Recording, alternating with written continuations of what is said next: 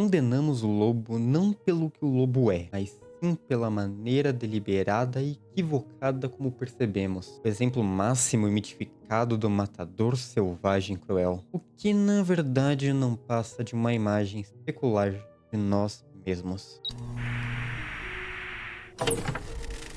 Bem-vindo, bem-vinda, bem-vinde a Dunkink, eu sou Kamak e hoje vamos montar uma ficha de lobisomem no sistema de Lobisomem Apocalipse, a quinta edição. Mas antes de passarmos para o passo a passo de como fazer a ficha, uns pequenos recados antes. Primeiramente, a Dunkink agora é patrocinada pela Copycat Games, cujo trouxe Skyfall, Core Spring, trouxe jogos de fora como Vileborn, Widerfish, Assassin's Creed e outros que estão por vir. Então se você quiser comprar qualquer jogo no site deles, na descrição abaixo tem um cupom é o Duck Inc 5, que vocês podem usar em qualquer compra do site. Seja na primeira, seja na última, em qualquer uma, você terá 5% de desconto. Então use Duck Inc 5. Além disso, siga as nossas redes sociais, TikTok e Instagram, que estão aqui embaixo. E nos apoie no Pix, porque agora a gente tá montando nosso próprio estúdio de RPG e é um pouquinho caro. E nós somos independentes, então qualquer ajuda é válida. A gente agradece de coração. Enfim, voltando para o tópico do vídeo, hoje vamos falar de Lobisomem Apocalipse, um sistema da World of Darkness e trazida para o Brasil pela Galápagos, que hoje agora é conhecida como Asmodee. Mas antes de fazermos a ficha no passo a passo,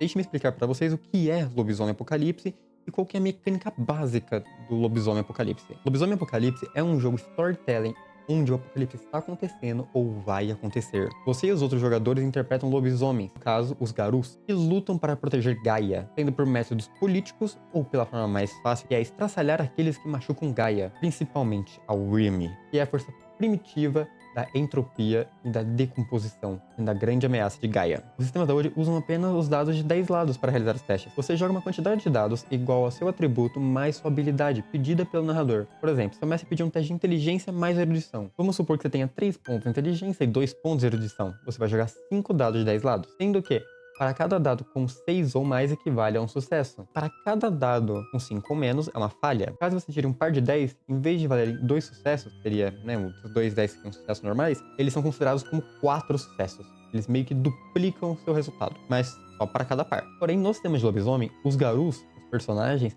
possuem os dados de fúria. Para cada ponto de fúria que você estiver, você troca um dos seus dados por um dado de fúria. Então, que era 5 dados normais, agora vai ser um dado de fúria e 4 dados normais. Ou se você tiver 2 dados de fúrias e 3 normais. E assim sucessivamente até ter 5 pontos de fúria. Se você tirar 1 ou 2 nos dados de fúria, é considerado uma falha normal. Se você tirar 1 e 2 em 2 dados de fúria, é considerado uma falha brutal. E com uma falha brutal, você tem uma consequência brutal, onde acontecerá uma falha automática em seu teste e fazendo que alguma coisa, alguém ou você mesmo saia machucado ou destruído. Tendo explicado a mecânica básica do sistema, acho que já podemos começar a entrar na criação do nosso personagem passo a passo. A primeira coisa que vocês têm que saber é que na criação de um personagem, todo RPG é o conceito do seu personagem, o que você quer realizar. Como por exemplo, eu montei 3 exemplos para vocês terem uma noção. Um simples pescador que vendia peixes até um dia, ele acordou sozinho à noite, no porto, onde os funcionários que estavam trabalhando por lá estavam todos mortos e ele estava coberto de sangue. Até que uma mulher que surgiu da escuridão o levou para seu cairn e lhe explicou sobre sua nova vida. E agora seria ser um garu, ou uma jovem que estava cursando medicina e decidiu abraçar as tradições antigas de curandeiros. Durante um dia, aprendendo com essas pessoas, ela perdeu o controle e machucou algum desses membros. Passando o tempo em choque, um rapaz que fazia parte desse grupo apareceu e lhe ajudou, explicando o que tinha acontecido com ela e que agora ela tinha um dever maior. Mas no caso, hoje iremos criar um personagem com vocês chamado Cláudio Firmino, que é um guarda florestal que está caçando o seu passado. Nos jogos da WoD, o background do personagem é muito importante para criar a ficha, então ter uma base na história já ajuda muito. Não precisa ter a lore completa para montar ele agora, mas se você tiver a ideia principal e as ideias complementares já funcionam. A background você pode escrever depois sem problemas, mas tenha uma história boa e comprida, pois é assim que funcionam os jogos da WoD. Eles são jogos de histórias. No nome colocamos o nome do personagem, no conceito, aquilo que escrevemos antes. Como eu disse, um guarda florestal que está caçando o passado. Aqui ele vai ficar muito pequenininho, mas é o objetivo. No nosso caso, Cláudio conhecia os vampiros. Ele escondia alguns desses amigos no chalé da floresta. Obviamente com algumas regras, né? Pra manter a organização, nada de assassinatos, nada de levar pessoas para se alimentar. Mas com o passar do tempo, esses amigos do Cláudio foram descumprindo essas regras e tudo virou de cabeça para baixo. Até que um dia, Cláudio começou a sonhar com lobos. E naquele momento, ele se viu no meio de um rio, com a lua o iluminando. E quando ele acordou, ele percebeu que estava dormindo no meio da floresta com uma matilha de lobos perto dele. Foi naquele momento que o Cláudio foi escolhido por Gaia. Agora Cláudio caça essas criaturas da Wyrm que machucam Gaia e que machucaram de seu passado. Com o conceito do nosso personagem feito, nós passamos para a próxima parte, que é o augúrio. O augúrio é o signo lunar do lobisomem, quase sempre em sintonia com a fase da lua no momento de sua primeira transformação. O augúrio é o seu papel que você desempenha na sociedade dos Garou: Agabashi, Eurge, Philodox, Galliard e Aurum. Com as explicações que estão aparecendo na tela para eu não ficar detalhando uma por uma, para não prolongar muito o vídeo, nesse caso, o Cláudio ele se define como, ou melhor, não se define, ele é um Aurum. É aquele que veio para guerrear e ir até o Wyrm em frente e derrubá-los na porrada. Com o augúrio escolhido, nós passamos para a nossa próxima parte, que é escolher a tribo do nosso lobisomem. A tribo vem com base no laço do espírito padroeiro, que acompanhou o Garou após sua transformação. Essa jornada é singular e pessoal para cada Garou. Achando seu espírito padroeiro, consequentemente, você acha sua tribo. Tô avisando, não é porque você faz parte de uma tribo que todos os outros players têm que fazer parte dessa tribo. Não. É apenas a tribo que abraçou o seu Garou, e agora, ele mesmo vivendo com outros tipos de lobisomens, podemos assim chamar, cada um possui a sua tribo ou compartilham da mesma.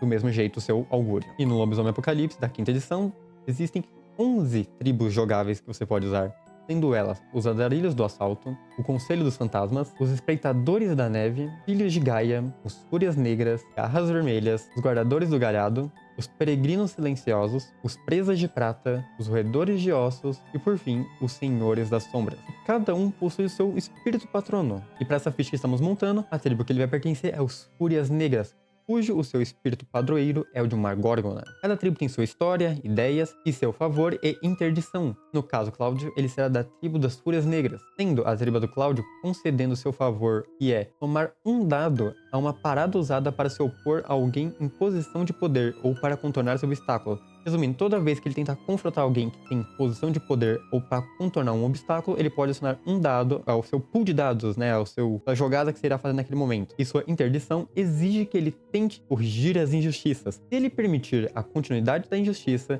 eles recuperam apenas um ponto de força de vontade no começo da sessão seguinte. Agora iremos para os atributos do personagem. Os atributos nos jogos da World são divididos em 3 partes, sendo eles os físicos, os sociais e os mentais. Nos atributos físicos temos a força, a destreza e o vigor. Já nos atributos sociais temos o carisma, a manipulação e o autocontrole. E por fim, nos atributos mentais, onde tem inteligência, raciocínio e determinação. Você começa com um atributo com valor 4, 3 atributos com valor 3, 4 atributos com valor 2 e 1 atributo com valor 1. A melhor coisa que eu penso nesse personagem agora é ele sendo um cara esguio, rápido por viver na floresta, bastante constituição em seu corpo, com bastante resistência, um pouquinho de carisma, um pouquinho de manipulação e um pouquinho de autocontrole, que é o conhecimento que ele tem para lidar com pessoas, já que ele era um guarda florestal. Eu vejo ele como um de força, ele não era muito forte, mas ele era mais ágil do que forte. 2 pontos em inteligência, 3 pontos em raciocínio e 3 pontos em determinação. Com os atributos colocados, nós podemos colocar a nossa vitalidade e a nossa força de vontade. A vitalidade inicial, quando você monta seu personagem, é de 3 mais o seu vigor. No caso dele, ele tem 1, 2, 3, 4, 5, 6. Já a força de vontade, ela é a soma do seu autocontrole com a sua determinação. No caso, 5. A força de vontade é como se fosse, não vou dizer uma sanidade, mas é o quanto seu personagem aguenta fazer certas coisas. Coisas que ele repudia, até quando ele pode ver uma cena brutal, e vai testando na força de vontade dele. E uma coisa que você pode fazer com a força de vontade é o quê? Geralmente, aqui na ficha ela tá marcando com um xizinho pra poder escolher qual você tem, mas geralmente o quadrado vem vazio e você marca um risco quando recebe um dano superficial e faz um X quando recebe um dano agravado. Eu vou explicar os danos mais pra frente. Porém, você pode fazer um dano superficial em sua força de vontade para rerolar 3 dados que você fez um teste. Vamos voltar para aquele exemplo, ou melhor, vamos usar um exemplo agora, que é o quê? Eu fiz um teste de destreza jogando 4 dados. E vamos supor que eu tive falha em 2 dados. Se eu quiser, eu posso fazer um risco na minha força de vontade e rerolar até 3 dados. Eu não quero rerolar o terceiro, mas posso rerolar aqueles outros 2, e ficando com um novo resultado. Com os atributos do personagem já definido, e a sua vitalidade, sua força de vontade e o que ele é, nós passamos para as suas habilidades, que é como se fossem as perícias dos outros RPG. Porém, é uma grande lista e para cada pontinho nelas é um dado a mais que você joga. Do mesmo jeito que os atributos são divididos em 3 partes, As habilidades também são divididas em 3 partes, sendo elas as físicas, as habilidades sociais e habilidades mentais, cada uma tendo 9 habilidades diferentes. No caso, essas são as habilidades físicas, essas aqui são as habilidades sociais, e aqui são as habilidades mentais. E quando você cria seu personagem, existem 3 opções que você pode escolher, sendo elas palpa toda a obra, onde você tem uma quantidade de pontos, que é uma habilidade com 3, 8 habilidades com 2 e 10 habilidades com 1. Ou equilibrado, onde você tem 3 habilidades com 3, 5 habilidades com 2 e 7 habilidades com 1. E por fim, o especialista, onde você tem uma habilidade com 4, 3 habilidades com 3, 3 habilidades com 2 e 3 habilidades com 1. Lembrando que para cada ponto um dado é adicionado no teste. No caso do nosso personagem, eu vou dizer que ele tem 2 pontos em atletismo, 2 pontos em briga, 1 ponto em condução, que é para dirigir aqueles carrinhos do meio do mato, 2 pontos em furtividade, 3 pontos em sobrevivência, 1 ponto em ofícios, 3 pontos em empatia com animais, 1 ponto em intimidação, 1 ponto em sagacidade, 1 ponto em ciência, 2 pontos em erudição, 1 ponto em finanças, 3 pontos em investigação, 1 ponto em medicina e 3 pontos em percepção. No caso, eu coloquei essa quantidade de pontos porque eu considerei que ele é um equilibrado. E depois de distribuir os pontos na sua ficha das habilidades, você vai escolher a sua especialização. O que é especialização? A especialização é uma coisa adicional que você conhece. Um exemplo, em sobrevivência, onde ele vai ter especialização em rastreamento. Quer dizer que toda vez que o teste envolver uma cena de rastrear, e eu for fazer um teste com sobrevivência, eu vou adicionar mais um dado na minha jogada, além dos 3 dados de sobrevivência e dos outros dados de atributo. Você tem um para escolher de graça, uma especialização, e outros que você ganha de graça conforme você tem um ponto pelo menos. Sendo esses ciência, erudição, ofício e performance. No caso, para ele eu escolhi ofício marcenaria, porque mexe com madeira, ciência coloquei biologia, por causa do estudo dos animais, e erudição coloquei em geografia, que é o estudo das áreas, né? O terreno, as coisas que é pra saber melhor pros bichos. Depois de colocar suas habilidades, nós vamos para as vantagens e defeitos do seu personagem. As vantagens são divididas entre qualidade e antecedente do seu personagem. Por isso que quando for montar seu personagem, você já deve ter uma noção de qual vai ser sua história ou já ter sua história. Você tem 7 pontos para comprar vantagens. No livro tem uma grande lista de vantagens para você escolher. As qualidades descrevem tanto talentos, dotes ou a simples boa sorte inerente dos personagens. No caso, nosso primeiro ponto de vantagem vai ser usado para pegar Revigorado pela Lua. E na primeira vez que ele uiva para a Lua naquela noite, ele recupera 1 ponto de dano superficial da força de vontade. No caso, os antecedentes são as características que vêm de acordo com a história do seu personagem, tanto coisas que aconteceram quanto pessoas que conheceu ou conhece. No caso do Cláudio, ele tem máscara, mais máscara zerado e recursos. Como os lobisomens não se revelam aos humanos para evitar serem caçados, uma das vantagens é a Máscara 2, que permite o personagem passar por verificações da polícia, do FBI e grandes pessoas no poder. No caso, ele ainda tem a máscara zerado, que é quando alguém na alta posição eliminou seus registros, fazendo com que ele não exista oficialmente. Ele é um fantasma. E além disso, ele vai ter recursos 3, que faz ele ser uma pessoa de classe alta em questão financeira, o que ajuda ele a manter as condições da área florestal que ele cuida. E aqui já foram meus 7 pontos. Porém, o defeito é uma característica negativa do seu personagem. Você tem 2 pontos para colocar em defeito, e você tem que gastar esses 2 pontos na criação do seu personagem. No caso do Cláudio, ele tem Repulsivo 2, que faz ele ter menos 2 dados em testes sociais e dependam da sua aparência. Com as vantagens e os defeitos colocados, você poderá ir para o seu renome. A maneira mais simples de explicar o que é renome é o respeito que o Garou tem pelos outros Garus, o respeito dos espíritos pelo Garou ou o amor próprio. Existem 3 tipos de renome. A glória tem a ver com urgência e o êxito das ações. A honra, que tem a ver com justiça, com a retidão e uma causa, e o respeito aos pactos. A sabedoria, que tem a ver com consenso, ponderação e a avaliação cuidadosa de circunstâncias e motivações. Os renomes mecanicamente servem para conseguir dons, que são as habilidades, não vou dizer habilidades, mas sim talentos, truques especiais que o seu lobisomem sabe fazer. Você começa com 2 pontos de renome de acordo com o seu patrono. No caso da Górgona, ela recebe 2 pontos em glória. Depois você pode pôr mais um ponto à sua escolha entre os outros 2 renomes, não no mesmo. No caso, ele vai pegar 1 ponto de renome em honra. Depois de escolher os renomes, você irá escolher os seus dons. Os dons são as capacidades e poderes que um Garou usa para extrapolar as capacidades comuns de um lobisomem. Ele começa com um dom inato, um dom de seu augúrio, um dom de sua tribo e um ritual. Os dons possuem pré-requisitos para você possuí-los. Por exemplo, o Cláudio tem glória e honra, então ele não conseguirá pegar dons de sabedoria. Além disso, existem dons de níveis mais altos, que precisam que você tenha uma quantidade total de renome. Por exemplo, existem dons que precisam de 6 de renome para você possuir. Pode ser 3 pontos de renome de glória, mais 3 de honra, ou 2 de cada, sendo glória, honra e sabedoria. Não tem problema, o objetivo é o total ser 6. No caso, o dom inato do Cláudio é a pancada furiosa. Quando ele for fazer teste de briga, ele pode fazer uma checagem de fúria para somar seu valor de glória como dado bônus ao teste. E o que seria essa checagem de fúria? A checagem de fúria é um teste que você apenas usando os dados de fúria, lembra que eu falei que você substitui, vai usar eles. Neste dom, ele pede só uma checagem, então você só vai jogar um dado de fúria e se você tirar 5 ou menos, você perde um ponto de fúria, mas a habilidade continua o efeito. O seu dom de augúrio vai ser garras afiadas, que faz com que quando ele estiver na forma de Crinos, ele some metade do seu valor de glória, arredondada para cima, em seu dano causado. Então quando ele estiver realmente na sua forma de lobisomem suprema, a maior que tem, as suas garras vão causar mais dano. O dom dessa tribo vai ser a maldição de Eolo, que permite que ele faça névoas do tamanho de uma casa ou até maior. E por fim, seu ritual vai ser o ritual da fúria, que permite ele tentar aumentar a fúria dele e de seus companheiros Gaurus. Mas pra que vale a pena aumentar a fúria? Se pode ser perigoso quando chega no máximo, porque o personagem pode perder o controle, pode ficar raiva, pode ser isso em tudo. Porque se você chegar a 0, você perde o seu lobo. Você não consegue ativar as suas habilidades Garus. Com isso, nós já chegamos na parte final da ficha, onde você agora vai colocar os pilares do seu personagem. Mas não sai ainda do vídeo porque eu vou explicar as formas do Garu, no caso como as transformações, como eu falei do Crino, a mecânica de dano e vida e o ganho de XP. Mas voltando para os pilares são as relações que o Garu mantém com os seres humanos, podendo ser uma ligação com um parente, um filho ou uma esposa, ou amigos de grande importância. Você tem que escolher um ou até 3 pilares. No caso do Cláudio será Maria, que é a sua filha de 15 anos, e seu irmão Jorge, que é policial. Os pilares servem para reduzir a fúria ou remover danos agravados ou danos gravados em sua força de vontade, ou outras coisas conforme a narrativa. Mas se os pilares se machucam ou coisas piores acontecem com ele, o garoto tem chance de ganhar Arano ou Halglosk. Arano e Halglosk são como se fossem o psicólogo do lobisomem. Arano sendo a desesperança do Garu. Por que lutar se não dá pra vencer? Pra que continuar enfrentando se nunca vai mudar em nada? Quanto mais pontos você tem em Arano, mais desesperançoso o Garou fica. Já o Halglosk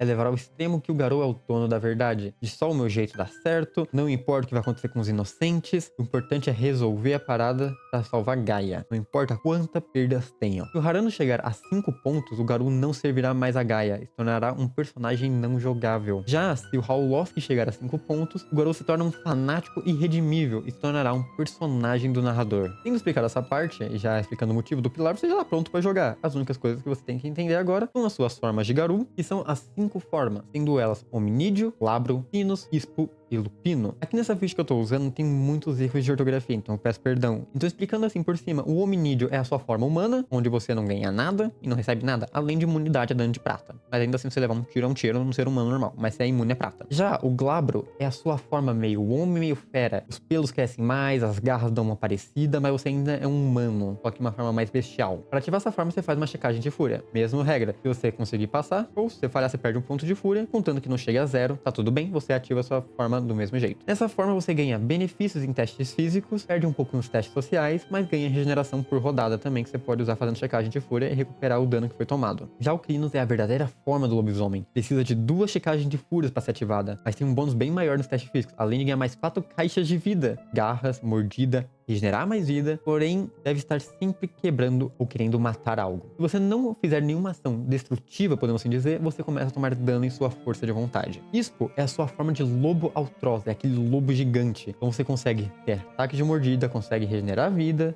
e age como se fosse um fucking grande lobo muito alto. E sua forma de lupino é a forma de um lobo normal. Você é um maior que um cachorro, mas você não tem tanta força que nem um Ispo tem. E não é à toa que existe uma vantagem no livro que você, quando estiver em sua forma de lupus, você parece mais um cachorro grande do que um lobo em si, fazendo você passar despercebido pelo meio da multidão. Tendo explicado as formas, passando para nossa penúltima parte antes de encerrar os vídeos, que é o dano. O sistema de dano, o sistema de vida, como é que funciona. Para começar, você precisa saber que existem 2 tipos de dano, o superficial e o agravado, que eu mencionei anteriormente. Sendo o superficial hematomas, distensões e lesões similares. O agravado já causam fraturas e ferimentos que ameaçam a sobrevivência do Garu. Uma coisa clara antes de continuar, qualquer forma que você estiver, exceto a forma de hominídeo, que é a forma humana, reduz qualquer dano pela metade, exceto se receber dano de prata. Vamos supor que você está na forma de Crinos e faz um teste de briga usando suas garras e conseguiu 7 sucessos. E a criatura conseguiu 4 sucessos de atletismo para tentar desviar do seu ataque. Você causa dano é igual a diferença de sucessos. No caso, 3 de dano, porque foram 3 sucessos a mais. Porém, as suas garras causam mais 2 de dano, fazendo você ter 5 de dano superficial causado, entendeu? 7 dados, o cara teve 4 sucessos para rebater,